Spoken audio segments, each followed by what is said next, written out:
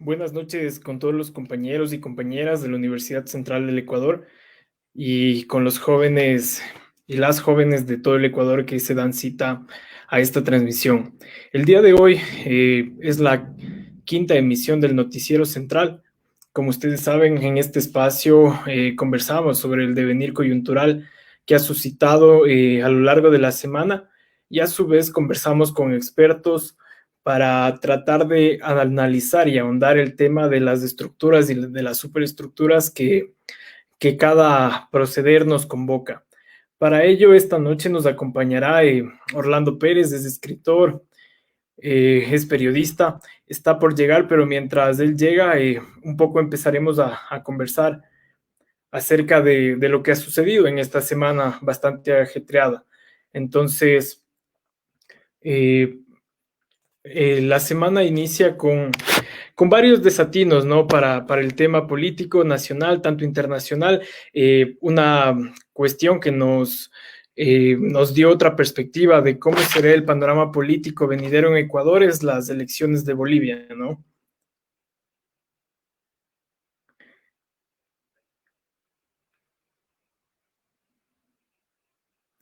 Me regalan un segundo, estoy indicándole cómo ingresar, por favor. Entonces, bueno, a partir de allí tenemos una lectura amplia, bueno, en efecto, en torno a lo que sucedió en Bolivia. Eh, las elecciones venideras dieron como ganador al señor Luis Arce del Movimiento al Socialismo, el movimiento que llevó a Evo Morales también a la presidencia por tantos años de Bolivia. Y bueno, esto abre un sinfín de cuestionamientos en torno a la postura que tomó la OEA específicamente en cuanto a la elección que declararon fraudulenta de Evo Morales en el 2019 y que instauró un gobierno de facto, un gobierno interino, que bueno, la elección de Luis Arce revela que la votación que obtuvo Evo Morales fue real, pues los índices incluso subieron. Evo en el 2019 ganó con el 47% y Luis Arce en el 2020 gana con el 55,1%. Entonces esto nos denota el panorama político y que en efecto la OEA impuso un estado de caos y también colaboró, apoyó la noción del fraude electoral y bueno, efecto de ellos fueron revueltas que también costaron muertes, que costaron varios heridos y el actuar de la fuerza militar en ese espacio fue bastante cuestionado, pues quitaron el respaldo al primer mandatario, efecto de ello Evo Morales tuvo que renunciar y bueno, se instaló el gobierno de facto de la señora Áñez, respaldado por la OEA. En primera instancia, eso es lo que, con lo que iniciamos esta semana. Eh, con eso iniciamos esta semana. Le damos la bienvenida a Orlando Pérez. ¿Cómo está? Buenas noches. Bienvenido. Hola, hola, ¿me escuchan ahí? ¿Me escuchan bien? Perfecto. Un poco te comento rapidito. Empezamos con un informativo en breves rasgos y de ahí vamos ahondando cada tema. Comentaba un poco los resultados de las elecciones de Bolivia, que un poco desmonta el tema de la OEA de hace un año que declaró temas de irregularidades en el sistema electoral con la ganancia de Evo.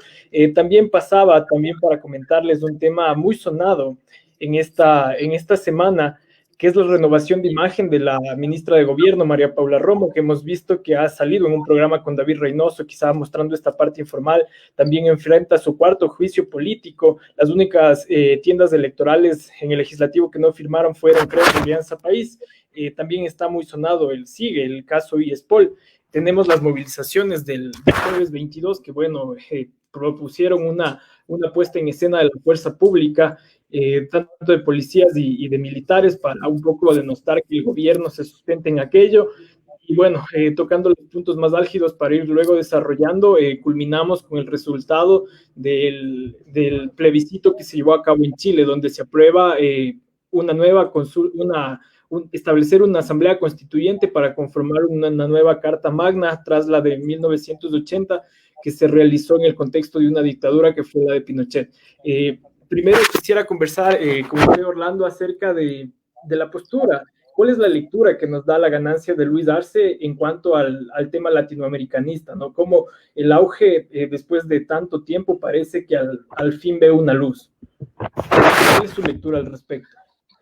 Bueno, yo vería varios temas ahí. El principal, fundamental, me parece que el triunfo de Luis Arce renueva algunas líneas de reflexión sobre el significado que tiene el progresismo para los pueblos, para sectores empobrecidos, que además con gobiernos neoliberales ven agudizarse su situación económica, pero al mismo tiempo les devuelve la memoria a lo que se había avanzado con gobiernos progresistas, como en el caso de Evo Morales. Me parece que ahí hay un factor incluso hasta de orden psicológico, pero creo que también hay otros elementos que se deberían considerar y es que efectivamente en circunstancias dramáticas y catastróficas como es una pandemia, obviamente el neoliberalismo no tiene las respuestas adecuadas ni las respuestas que de alguna manera garantizan a toda la población condiciones para enfrentar una situación de esta naturaleza. En el Ecuador, al menos, por ejemplo, en el terremoto de Manabí, Esmeraldas, del año 2016 o 2015, si no me equivoco, obviamente se vivieron circunstancias muy difíciles y la respuesta del gobierno progresista de aquel entonces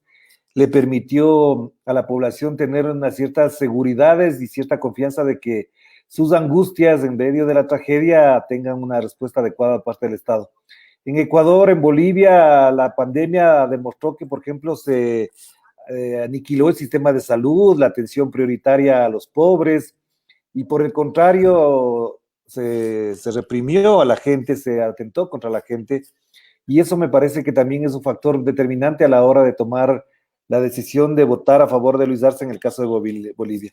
Y un último elemento me parece que es importante considerar, también tiene que ver con la situación económica, con el modelo económico, que atado a la protesta popular que tiene como respuesta la represión, no hay alternativas económicas, no se ve la salida económica en una situación de crisis que no es de ahora por la pandemia en particular, sino que se viene arrastrando. Entonces, a eso también yo creo que esos son como los factores más de orden pragmático, material, directo, pero hay unas cosas también de orden subjetivo que hay que considerar que no se pueden comparar con ningún otro país. En el caso concreto de Bolivia hay una base sindical, hay una base organizacional, gremial, que recupera ese factor detonante que también es la movilización, la cohesión de esos grupos frente a una derecha que estaba polarizada para estas elecciones, pero también se ve ahí el factor de los liderazgos locales, puntuales, en cada una de las poblaciones de Bolivia, a los cuales no tienen acceso los líderes de la derecha o los partidos de la derecha. Entonces, creo que para resumir sería por ese lado lo que podemos hablar a breves rasgos de lo que pasa en Bolivia. Se puede profundizar en algunos elementos más, pero creo que todavía hay factores como esa mirada en perspectiva de qué tipo de gobierno o qué futuro tengo con cada uno de los gobiernos, cómo valoro mis oportunidades, mis perspectivas de vida, de bienestar inmediato. Claro que sí, y bueno, es un tema bastante curioso, ¿no? Que luego en respecto a 2019, las elecciones, incluso la aceptación del MAS crece en más de 6, 7 puntos porcentuales. A esto habría que un poco ahondar el tema de la intervención de la OEA, ¿no? Como quien preside Almagro declaró o apoyó la teoría del fraude y ahora desde su lectura, ¿usted cree que Almagro quizás reconsidere y diga, no, ¿saben qué? Quizá no fue fraude, porque los resultados de estas elecciones nuevas reflejan una victoria y con varios puntos por encima de las del 2019. ¿Cuál cree Mira, que sea la postura de la OEA de este nuevo resultado? yo creo que la OEA es prácticamente un organismo aniquilado, no solamente por el desprestigio que tuvo y tiene con respecto a lo ocurrido en Bolivia, sino también por una serie de cosas que han pasado en América Latina en general. Entonces, mantener la referencia como de un organismo, una institución que vale la pena considerar, en este momento ya no tiene ningún sentido. Me parece que eso se agotó, se acabó, ya viene arrastrando muchos años de este desprestigio, este rol bastante precario en la atención a los problemas de América Latina. Ya sabemos que con el aparecimiento de la CELAC, de la UNASUR, eso prácticamente puso una sombra sobre la OEA, y con lo ocurrido con Bolivia, que además solamente fue sustentado en la medida en que los medios de comunicación amplificaron eso, en la medida en que los medios de comunicación acompañaron el relato político de Luis Almagro, no tendría cabida hablar de eso. Yo no creo que rectifiquen frente a la realidad, tendrán que moderar sus palabras, pero si mañana tendrían que hacer lo mismo con Ecuador en las elecciones de Ecuador, lo volverían a hacer sin ninguna duda. Si tendrían que hacerlo en otro tipo de procesos en América Latina, lo harán. Ya vemos que, por ejemplo, el 6 de diciembre hay elecciones en Venezuela y jugarán exactamente el mismo rol, así que sobre la OEA yo ya no le veo ningún sentido, más bien creo que es un instrumento de los Estados Unidos con el acolite de ciertos países nada más. Correcto. Bueno, en segunda instancia, otro tema muy controversial y sonado en esta semana ha sido la ministra de Gobierno, pues enfrenta su cuarto proceso de juicio político y en ello también hay varias coincidencias, ¿no? Creo y Alianza País fueron quienes no firmaron esta petición y la respuesta de la ministra fue un mensaje en el cual tenía por detrás a un gran contingente de policías y ella hablaba adelante. Entonces, eso es una puesta en escena que denosta que quizá ella mantiene el respaldo de los policías y a ello se suma lo que sucedió el jueves 22, ¿no? Que vimos un despliegue militar de policías en las calles, que hubieron controles. Entonces, ¿qué nos quiere decir el Estado? ¿Qué nos quiere decir María Paula Romo con estas puestas en escenas que las realiza desde su lectura? Mira, lo de María Paula Romo sí permite enfocar desde distintas aristas, pero todo con un núcleo central. Ella se ha convertido en herramienta, en el arma principal del neoliberalismo autoritario, del conservadurismo autoritario que vive el Ecuador, que además cuenta con el apoyo de ciertos organismos internacionales, cierta embajada, las Fuerzas Armadas, de la policía, que todos ellos en sí se mueven alrededor de un solo eje, es decir, no permitir que el progresismo avance en este país, en ningún país, que lo que importa es el acuerdo con el Fondo Monetario Internacional, lo que cuenta es que las élites económicas, empresariales, financieras y mediáticas consoliden un bloque de poder que impida el regreso, por ejemplo, de la Revolución Ciudadana, o al menos de un sector de la izquierda que pueda cuestionar su estatus, sus privilegios. Me parece que eso es como lo central. En cuanto a las formas y demás, me parece que las expresiones que ha tenido María Paula Romo dan cuenta de una transformación impresionante hacia incluso posturas, actitudes, mensajes, relatos que creo que ni el sector de la socialdemocracia, ni del centro ecuatoriano, es decir, no de una izquierda radical, sino de una izquierda moderada, se aceptan como comportamiento políticamente correcto. Me parece que ahí perdió el libreto, perdió el control de ese discurso, incluso feminista, de defensa de los derechos humanos. Me parece que lo perdió completamente.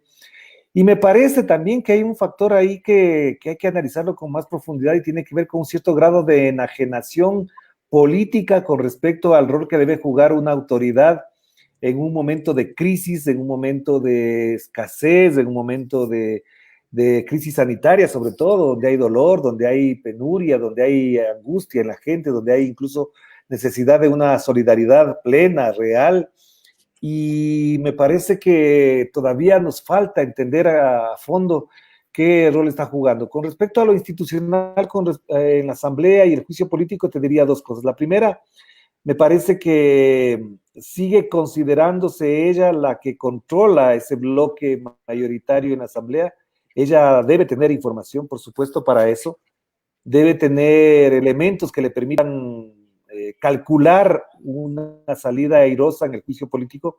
Pero por otro lado, sí te diría que el desprestigio de la Asamblea, el desprestigio de ella misma y del gobierno, ya no importa cómo salga de la Asamblea, ya la gente tiene un marcado rechazo. Hay incluso expresiones, manifestaciones de gente que ve y califica su actitud como muy deplorable, por no utilizar otro término. Y entonces ella, me parece que además, al igual que Juan Sebastián Roldán y el propio Lenín Moreno, hacen todo eso en la misma proporción de que tienen la confianza o la seguridad de que saliendo del gobierno van a tener impunidad absoluta en Estados Unidos o por la fiscalía o por la justicia en general. Es decir, cuentan con ese apoyo, cuentan con ese aval y por eso actúan como actúan. Me parece que eso es lo que les permite a ellos decir incluso cosas que en un político sensato no se dirían jamás. La mención que haces a la imagen de salir con toda la policía detrás está hecha en la misma medida en que le ves a Iván Duque cuando sale con los policías y militares, cuando le ves a Jair Bolsonaro con los policías y los militares, o cuando le ves al propio Donald Trump haciendo esa gala de poder con las Fuerzas Armadas y demás. Entonces me parece que eso es como una misma matriz, ojalá no sea una receta que cierta embajada les pasa todo el tiempo, pero no me sorprende ya para nada. Y en este momento prácticamente han quedado colocados en un lugar muy, muy, muy triste de la historia del Ecuador. En cuanto al caso IESPOL, es un tema ya repetitivo que lejos de ver solución, lo que se hace es como tejer otra telenovela, como los casos emblemáticos de la familia Bucarán, el caso Salcedo, que bueno, incluso parecen historias ya. Eh, ¿Cuál es el fin quizá de hacer tan mediático el tema del IESPOL desde su lectura? Mira, yo te diría que ahí tengo dos lecturas que son el resultado de lo que te decía anteriormente. Es decir, uno, la arrogancia del poder, es decir, la considerarse que no que son intocables y por lo tanto lo que han hecho con el ISPOL puede ser para ellos un hecho que suma a otro más, que pasaría a la impunidad absoluta. Y entonces frente a eso no creo que haya mayores deudas, dudas o temores de parte de ellos. La palabra adecuada es temores de ellos.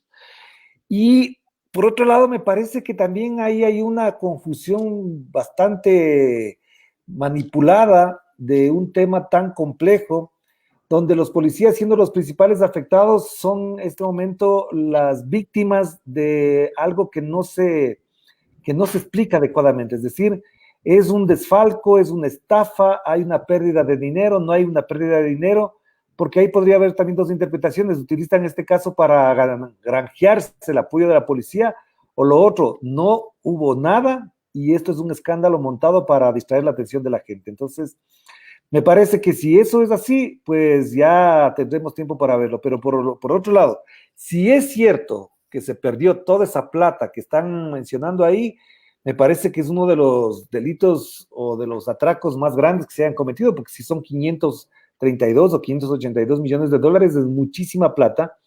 Y no puede ser que un desfalco cometido por una autoridad o por un directivo o algo por el estilo, la tengamos que pagar todos los ecuatorianos, porque es lo que dijo María Paula Romo.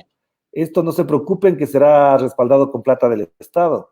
Y ahí entonces la gente se ha quedado callada también por lo que digo, hay una explicación, es un tema tan complejo, tan difícil de desglosar y de deglutir que es muy difícil también reaccionar. Entonces, me parece que esto evidentemente también es una muestra de que se cometieron y se han cometido muchos y graves errores, problemas incluso de orden penal, que gracias al aparato mediático que tienen a su favor les permite hacer lo que les da la gana. Entonces, hacen una cosa y tienen a los medios, hacen otra y entonces salen con entrevistas en programas de farándula, cómicos, y creen que con eso lavan la imagen.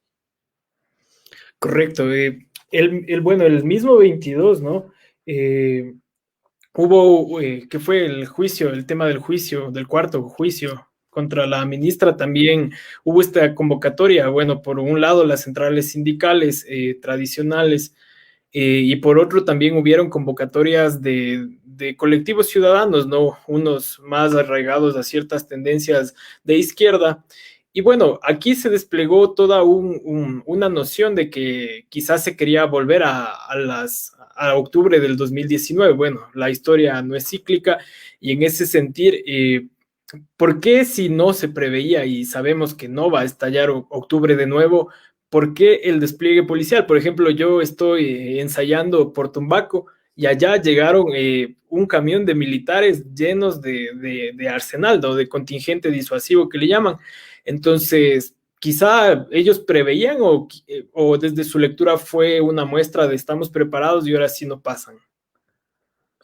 Mira, este sí es un caso interesante de estudio, incluso desde el punto de vista mediático, porque hay la claridad, o sea, se transparenta la estrategia del gobierno y de las fuerzas que reprimen o que están manejando la inteligencia, como se la quiera llamar. Es decir, hay unos aparatos que estudian esto, que crean escenarios y hacen un juego de escenarios para moverse en ese plano. Me parece que ellos intentaron por todo lado crear las condiciones para generar un miedo, un pavor en la gente para que no saliera a apoyar a la protesta popular convocada por las centrales sindicales, la UNE, es decir, el MPD y otra gente más que estaban ahí. Esto ya pasó antes, es decir, ya antes de octubre hubo esas expresiones del FUD, de de la UNE, ya hicieron y no les dio resultado porque no creo que había la capacidad de convocatoria, no, su plataforma no va por ahí. Y ahora, obviamente, en la perspectiva esa, tuvieron a la mano a varios medios de comunicación y a periodistas que desde portales comenzaron a divulgar los informes de inteligencia de la policía que daban cuenta, según ellos, de que efectivamente iba a haber una violencia desproporcionada. Tengo entendido que circularon hojas volantes por el centro diciendo que venía la invasión indígena. Y ahí hay que decirlo con nombre y apellido, periodistas como Jean Cano, como Arturo Torres, el propio Carlos Vera y otros más comenzaron a agitar las redes anticipando de la violencia que se generaría y por supuesto esto acompañado de un racismo impresionante que hay en este país, que ellos upan constantemente. Obviamente iba contra el movimiento indígena, es decir, vienen los indígenas, vienen los salvajes, vienen los que destruyen, vienen los que acaban con las cosas. Y eso obviamente es el mismo discurso, es decir, ahí se nota la empatía, la sintonía y la misma matriz entre el gobierno y los medios de comunicación. No es para nada casual ni tampoco ya nos debe sorprender que faltando 2 o 3 días comienzan a sacar informaciones de lo que va a pasar. Yo no he visto hasta ahora, yo no he visto nunca que se haga periodismo sobre lo que va a pasar. Se hace periodismo sobre lo que pasa. Pero estos periodistas, si se les puede seguir llamando periodistas, siguen hablando de lo que va a pasar.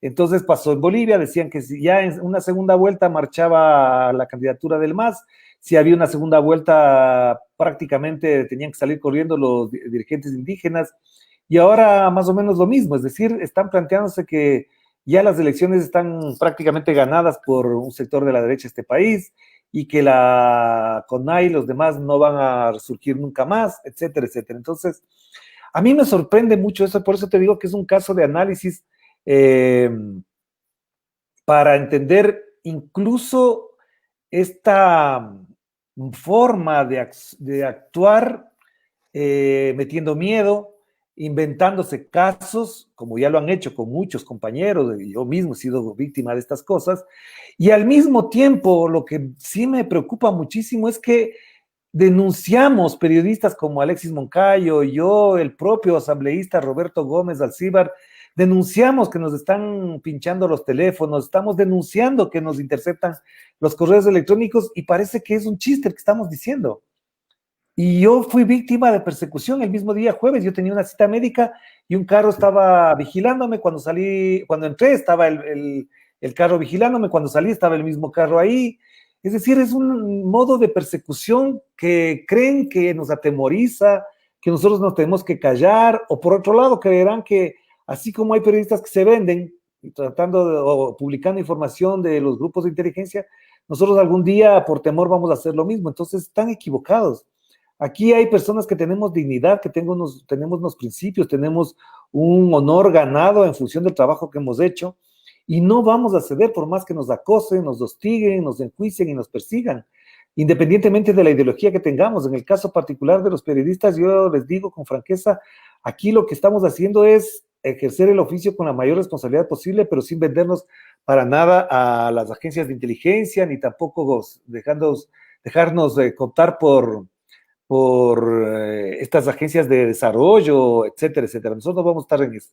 Y te digo que esto es preocupante porque si esto que hicieron el jueves tiene una expresión pública, la que no es pública, la que está por debajo, es la que nos estará escuchando este rato, es la que impide que otras personas puedan trabajar, que puedan acceder a una fuente de trabajo normal, porque les revisan si en el Facebook puso una foto de Rafael Correa, si habló mal del gobierno, y no les dejan trabajar, no pueden trabajar, o caso de empresarios que no podían hacer contratos con el Estado, porque tuvieron algún contrato con el gobierno anterior, o porque su dueño se perfila como candidato en alguna elección. Es decir, es una cosa bastante compleja, que solamente puede ser vencida o derrotada en la misma proporción en que hagamos un trabajo responsable, abierto, honesto, contundente, a favor de lo que nos toca, es decir, respetando la Constitución, respetando las leyes, sin utilizar la violencia, pero para mejorar la calidad de vida de la gente. En cuanto a ello, bueno, un poquito desde la experiencia suya, esta nueva manera que tocamos el tema de del periodismo de investigación, pero hay periodistas eh, contados con los dedos que parecen denunciólogos, no sé, siempre surge una interrogante, ¿no? Y creo que es una constante que mantiene funcionamiento esas plataformas periodísticas, cómo acceden a las fuentes. En cuanto a ello, es lo que trae a colación con los informes de inteligencia publicados. Desde su experiencia, ¿cómo considera usted que vive un periodista de investigación y qué implica el acceso a esos informes? Mira, ese es un tema complicado porque también toca algunos elementos ya del oficio como tal. Yo de entrada te diría que aquí no hay ninguna investigación inocente. Nadie hace una investigación inocente. No es que todo el mundo está pensando que con esto salvo la patria ni nada. Por el contrario, creo que las investigaciones periodísticas están sustentadas en visiones sobre la realidad, intereses de los medios con los que se trabaja o a los que se sirve. Yo no, por ejemplo, no podría esperar jamás que del diario El Universo, del diario Comercio, investigaciones sobre las concesionarias de vehículos o sobre empresas que les financian. No, nunca esperaría algo de eso, pero sí, obviamente, voy a esperar de ellos cosas contra el movimiento indígena, contra la izquierda en general. Entonces, primero eso. Segundo, que estos periodistas que ahora aparecen en los portales dándose el aire de investigadores, ya lo ha dicho Fernando Villavicencio, lo han dicho otras personas, se ha investigado mucho sobre eso. Nada de lo que ellos publican y hacen, lo hacen gratuitamente.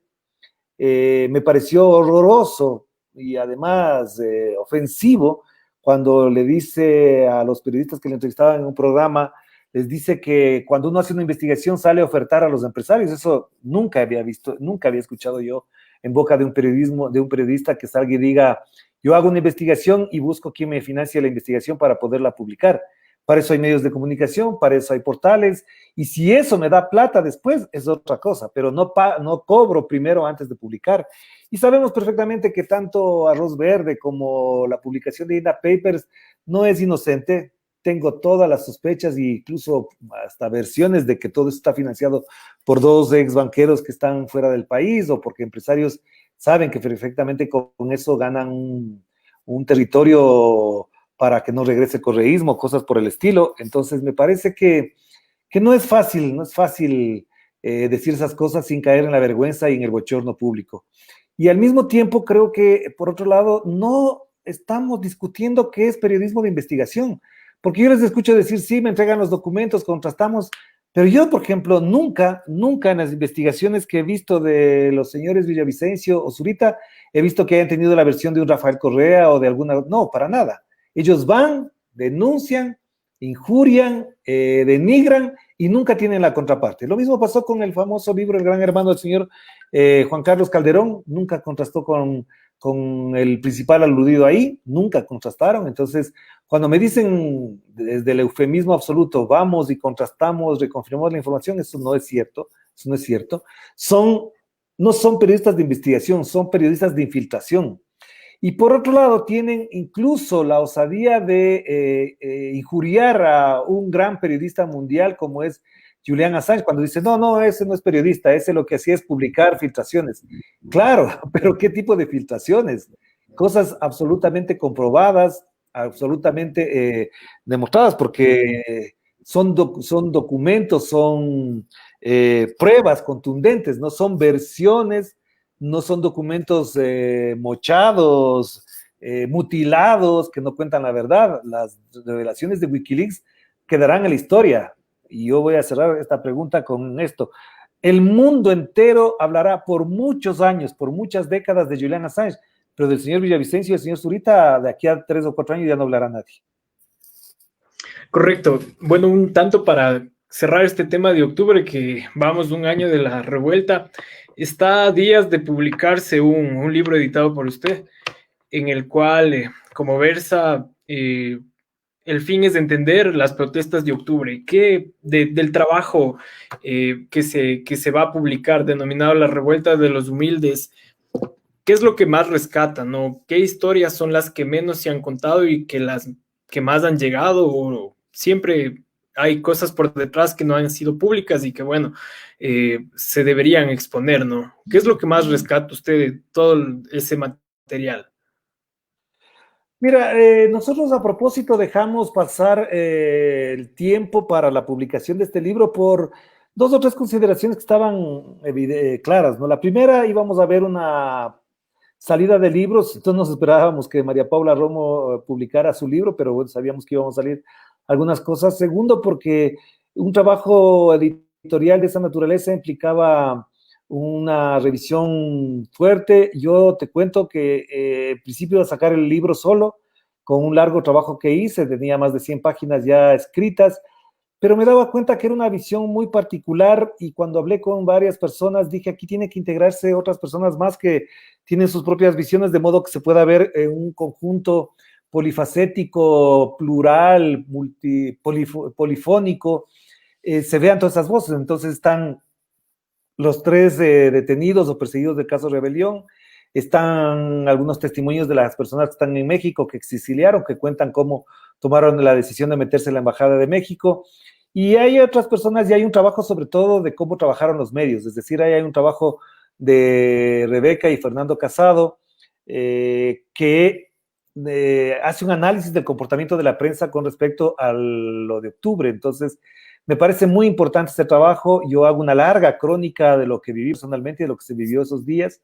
Y entonces me parece que ahí ya tuvo como una mejor expresión y por eso se demoró un poco más. Solo lo teníamos prácticamente listo en julio y revisando, firmando, contrastando algunos datos, etcétera, y volviéndole un documento sobrio, académico. También exigimos a los autores detallar las fuentes, citar las fuentes, de modo que se vea adecuadamente el documento, no como el libro de la señora María Paula Romo, que parecería un informe policial, un reporte policial extendido y sin contrastación alguna, sin la voz de las víctimas, por ejemplo, ahí. Entonces yo sí creo que es una visión desde las víctimas, desde los perseguidos, y lo que intentamos al mismo tiempo es que no quede en una sola versión, porque si bien es cierto que el libro de Leonidas Giza y de otros más que se publicó hace poco también, tiene una perspectiva desde su visión, también deja por fuera algunos elementos que son muy importantes, como son, por ejemplo, las otras víctimas de esto, o las únicas reales víctimas de la persecución política, que son los correístas. Entonces, me parece que hacía falta eso, lo vamos a lanzar lamentablemente ya no esta semana, porque hubo problemas con uno de los autores, que creo que está contagiado, todavía no se ha confirmado, y por eso hemos preferido no reunirnos hasta que se confirme aquello. Entonces lo postergamos para la próxima semana y ahí me parece que también es un aporte. Es decir, qué bueno que pongamos eso en la mesa de la lectura, en el escritorio de los académicos para que tengan elementos informativos para un mejor análisis. Obviamente, sabremos que no tendrá recepción en algunas librerías, como ya pasó con mi libro de Wikileaks, como pasó con el libro de Chevron, que en alguna librería dijeron que no se recibían libros políticos y uno se ríe constantemente, dice, ¿cómo es posible que no? Claro, yo tuve que buscar bastante para citar en mi tesis el libro de Chevron. Entonces, no dejaban no permitieron poner, por ejemplo, en Mr. Books no dejaron poner el libro de Chevron, y era un libro que se vendió mucho, fue el libro, creo, más vendido del año 2015, si no me equivoco. Se vendieron más de 25,000 ejemplares, eso fue una venta importante de libros, no solamente dentro del país, sino fuera. Entonces esperemos que este libro también se divulgue, se difunda, se amplifique. Lastimosamente por las circunstancias de la pandemia, el libro físico va a estar muy restringido, pero ya después de que se agote la primera edición del libro físico, vamos a distribuir digitalmente. Correcto. Bueno, para ir concluyendo con los temas que más han sonado en la semana, el día domingo, como ya lo mencionamos, ganó el plebiscito en Chile en el cual se afirma, se da paso a la creación de una nueva constitución luego de 50 años, ¿no? Entonces, si bien todos los procesos, lo que sucedió en Bolivia, lo que sucedió años atrás, hace un par de años en Argentina, lo que pasó en Chile, son procesos con sus particularidades que responden a contextos específicos. Parece que hay un hilo conductor, ¿no? Se lo puede hilar, es mi lectura, y bueno, consultar qué representa este plebiscito chileno en cuanto a la postura sobre el neoliberalismo que se está teniendo, una nueva postura, por así decirlo, en América Latina, ¿no? Y efecto de ello es con sus procesos y particularidades y contextos específicos, Argentina, Bolivia y bueno, el domingo Chile. A ver, sobre Chile es muy importante considerar dos factores de orden histórico. El primero es que este resultado del plebiscito es como el cerrar el periodo dictatorial y supuestamente institucional después del golpe. Es decir, es cerrar el paréntesis entre el golpe y el plebiscito del día de ayer. Me parece muy importante porque más allá de lo que digan los de la concertación, incluidos algunos de izquierda, durante todos estos años el modelo que prevaleció fue el de la dictadura, revestido de democracia, con elecciones donde participaba menos del 50% en muchas ocasiones, se elegían presidentes como Piñera con el 25% de la población, es decir, 22, 23% de la población, entonces era una fachada de democracia, de elecciones y de legitimidad que no tenía ningún sentido. Lo único que prevalecía, incluso en algunos partidos de izquierda, es que el modelo no se tocaba, que la constitución no se tocaba, que las instituciones creadas por Pinochet, como aquellas de, por ejemplo, tener seguro social privado, pero los militares sí tener un seguro social público, que el agua sea privatizada, que sea privada, ese tipo de cosas no se tocaba. Entonces, me parece que esto es, desde el punto de vista histórico, es muy importante considerar que se cierre el paréntesis de aquella etapa que empezó con la dictadura, con el golpe militar, perdón, a Salvador Allende, y el día de ayer se cierra para dar paso al siguiente capítulo, que es ya la elaboración de una nueva constitución, y ojalá se abra un nuevo escenario para eso. Y el otro elemento de orden histórico que me parece muy importante es que son las nuevas generaciones que no vivieron directamente la dictadura militar más cruel, más sangrienta, la que por encima incluso de sus propios padres a ratos, se van por encima de la institucionalidad y generan esta protesta social que culmina, todo este movimiento social que culmina con el plebiscito, con un triunfo que nadie se lo esperaba en esa dimensión. Hay gente que hablaba del 65%, máximo del 70%, pero el 78% y el 80% es prácticamente una paliza para cualquiera.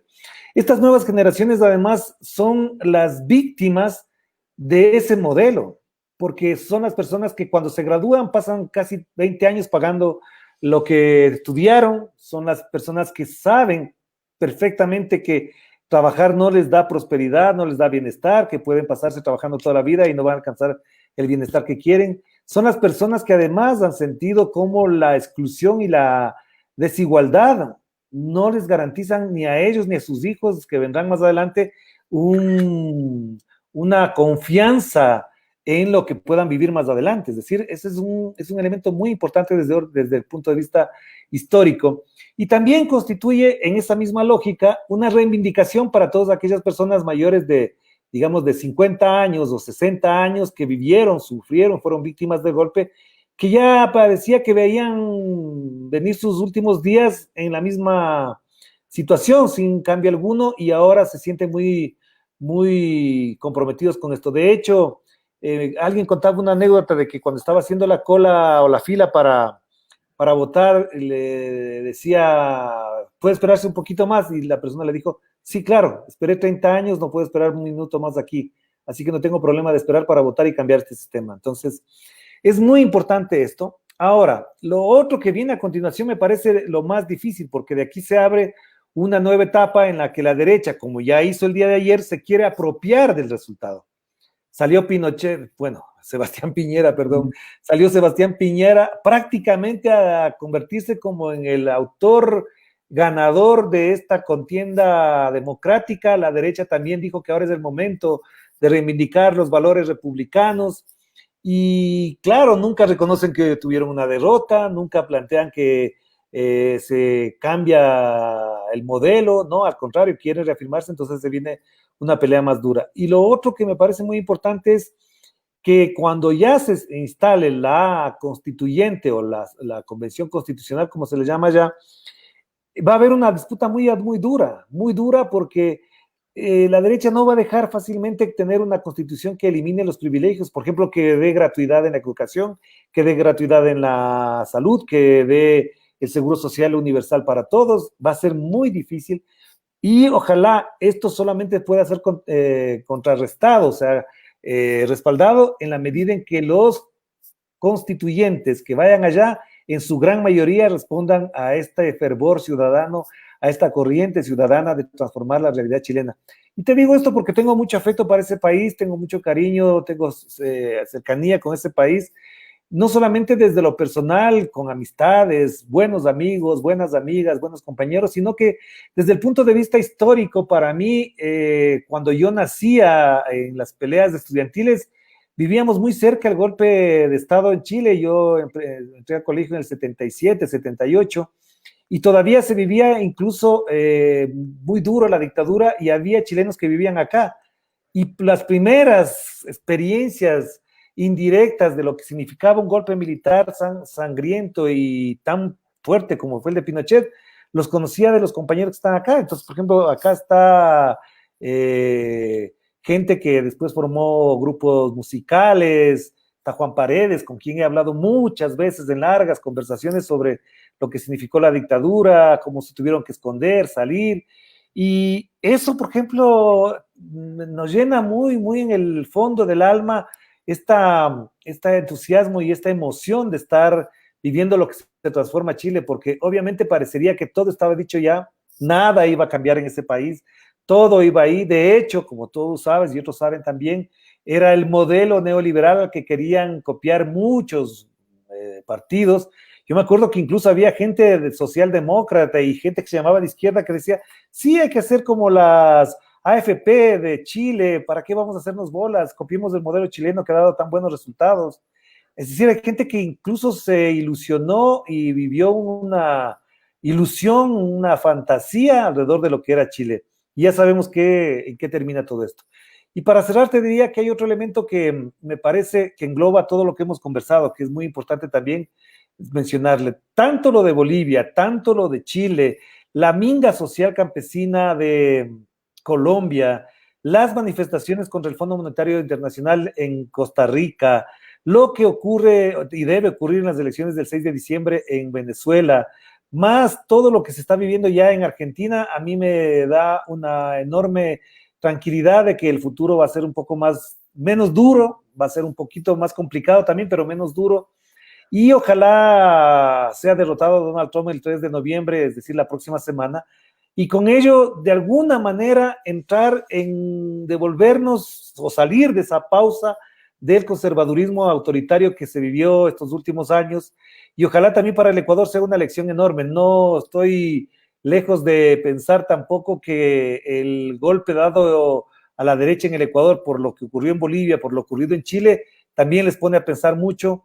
Y algunas personas incluso se entusiasman, por eso yo decía en algunas entrevistas, decía que la geopolítica también influye en los procesos locales, y lo ocurrido en Chile como en Bolivia posiblemente también influye en el Ecuador de alguna manera. Y ojalá el próximo 2021, que va a ser un año duro, difícil por la pandemia y todo lo demás, constituya un espacio, un tiempo para recuperar aire, para recuperar el Estado, para recuperar institucionalidad, recuperar políticas públicas, recuperar medios públicos, por ejemplo. Sería bueno aprender a corregir también errores, aprender de lo que está pasando en otros países. Me parece que Chile como Bolivia nos dan unas lecciones al movimiento social y al movimiento popular ecuatoriano, unas lecciones enormes, que ojalá acá se procesen, que ojalá acá se tomen muy en cuenta. No veo voluntad de aprender en la izquierda tradicional, no veo voluntad de aprender en el Pachacuti con respecto a lo que pasa en Bolivia, no veo voluntad de aprender en los que se llaman socialistas o comunistas en el Ecuador de lo que pasó en Chile o lo que pasó en la misma Bolivia, no les veo con ese afán de cambiar. Y por eso digo que es un aprendizaje en caliente sobre lo que estamos viviendo, que incluso para los propios chilenos, bolivianos o argentinos, por mencionar algo, todavía no hay un procesamiento adecuado. Ojalá nosotros tengamos para eso y las elecciones del 2021 nos permitan entrar en una nueva fase, en construir nuevos procesos y mecanismos de presencia política, participación política, de que las organizaciones sean el sustento de los cambios sociales y no sean los partidos ni solamente los líderes. Los líderes son importantes, sí, pero las organizaciones son el tejido, son esa carne y hueso que alimentan los procesos. Y ahí creo que tenemos mucho que aprender. Estamos todavía desarticulados por todo lo que implicó el neoliberalismo en Ecuador. Y como hablábamos al principio, esto solamente lo podrán detener con represión o a sangre y fuego si les da la gana, pero creo que ya tendrán mucho más cuidado de hacer alguna barbaridad de ese tipo.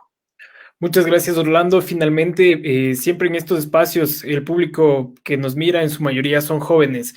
Desde la experiencia, desde el ejercicio que tú has transitado, desde los procesos que ha podido vivir, ¿cuál sería el mensaje que da Orlando Pérez a la juventud del Ecuador en estos momentos? Bueno, ahí cuando me hacen esas preguntas, ya me siento viejo, pero bueno, lo importante es hablar. Yo creo que hay que estudiar mucho, hay que pensar mucho, hay que conversar bastante, hay que ilustrarse adecuadamente con respecto a lo que estamos viviendo. Me parece que no podemos dejarnos llevar por el entusiasmo ni tampoco por el inmediatismo o por el voluntarismo que a veces me parece que nos inunda el trabajo, salimos de un evento, pasamos a otro y no procesamos adecuadamente el anterior y nos vamos al siguiente quizás para cometer los mismos errores. Me parece que digo, hay que estudiar bien, hay que ilustrarse adecuadamente, pero también yo creo que lo otro que es muy importante es participar, ser activos en la lucha política, que no es solamente salir a las calles, me parece que hay diversas formas de acción política, de actividad política, que tiene que ver con esto, con lo que hacemos, con lo que hablamos, con lo que discutimos, con lo que leemos, compartir las lecturas. Y un elemento que es muy importante también, creo que eso es algo que está faltando, también es caminar este país. Nos hace falta caminar este país. Yo, a pesar de la pandemia, he caminado, he andado, veo cosas que están pasando por fuera de estos círculos de los nuestros, por ejemplo, que nosotros no detectamos, jóvenes haciendo de su vida una rifa, a ver por dónde les sale mejor, apostando aquí, apostando allá, ya bien sea haciendo un tipo de actividad u otra, pero con el afán de salir al paso de las cosas, gente queriendo ser famosa de un día para otro y con eso creer que satisface sus necesidades más vitales, y al mismo tiempo unas corrientes por debajo que también están atravesadas por una supuesta religiosidad, espiritualidad de la gente y de los jóvenes y de organizaciones que apelando a las iglesias o apelando a ciertos rituales espirituales, etcétera, no están comprometiéndose con la realidad, sino en la salvación individual. Me parece que eso no lo estamos detectando, no recorremos el país para eso, y te comento, Sebastián, que a veces, por ejemplo, yo voy y me meto en las iglesias a ver qué dicen los curas en unos casos y los evangélicos y otros, y veo cómo la gente incluso se deja llevar por ciertas manifestaciones que no ayudan a comprender mejor la realidad, que son unas válvulas de escape espirituales e individuales que alejan de la real política, de la real necesidad de cambiar este país.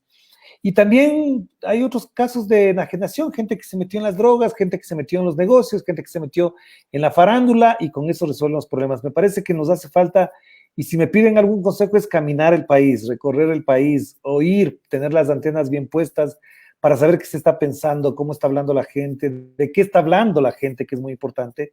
Y sobre todo los periodistas, me parece que eso es clave. Nosotros a veces vivimos metidos en las redes y lo que parecería que pasa en las redes pasa en la realidad me parece que es absolutamente distinto. Lo que pasa en las redes no pasa en la realidad, y lo que está pasando en la realidad no necesariamente está reflejándose en las redes. Muchas gracias, Orlando, por el tiempo prestado para esta emisión, para este informativo y también un espacio de opinión en el cual revisamos el acontecer coyuntural sobre las estructuras que van más allá de lo que podemos leer en los titulares de las noticias. Rescato mucho la perspectiva de analizar, ver a fondo, no quedarnos con el sentido, con la sombra de las cosas y bueno, que estos espacios sirvan de reflexión, de pensamiento crítico, para que toda la juventud, todos quienes asistan o miren esta transmisión en alguna oportunidad, puedan tener un criterio que les invite a tener el suyo propio, ¿no? Sin importar si lo comparten o no lo comparten. Con lo que exponen aquí nuestros invitados. Les agradecemos por su presencia, muchas gracias, Orlando, y esto ha sido la 5ª emisión del Noticiero Central. Recuerden que esto es todos los lunes a las 8 p.m. Les agradecemos por su asistencia y que tengan una buena noche. Chao, chao. Muchas gracias.